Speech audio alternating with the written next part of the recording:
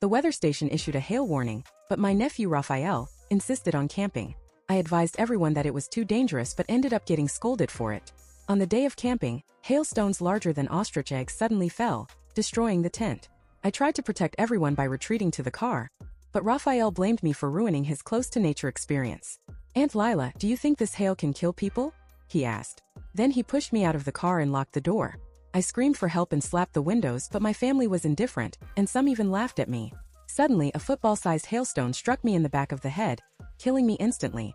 When I regained consciousness, I found myself back on the day Raphael insisted on going camping. The weather forecast was on TV when Raphael exclaimed, "It's going to hail tomorrow? Great! I want to see hail while camping." He jumped excitedly into the living room and accidentally stepped on my foot. I yelped in pain, prompting Raphael to retort, "Aunt Lila, you're in the way. You deserve it." He made a face at me, and at that moment I realized that I was reborn. Raphael leaped into my father, Anthony's arms, saying, "Grandpa, take me camping. I want to feel the hail." "Sure, if you want to go, then let's go," Anthony agreed cheerfully. "Tell Aunt Lila to bring her new tent," Raphael added. Anthony turned to me, "Did you hear that? Bring the tent and some food and drinks. We're going camping tomorrow." Remembering that the $2,000 tent I bought in my previous life was ruined after one use, I replied, "I lent that tent to a classmate. Let's use the old one instead." Anthony glared at me. "How can you lend out new things you haven't even used?" Raphael chimed in, "Aunt Lila is heartless and brainless." I shot him a cold look thinking, it's one thing for Anthony to say that, but you better watch out for tomorrow. In my previous life, we had barely set up the tent when the hail started. The hailstones were so large they broke the tent beams.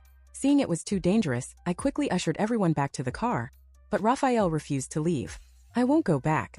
I want to see the hail in the tent," he insisted stubbornly. He was very stubborn, so I had to drag him back into the car. Fearing the hail would hurt him, I acted as a human shield to protect him from the hailstones, which left my arm bruised.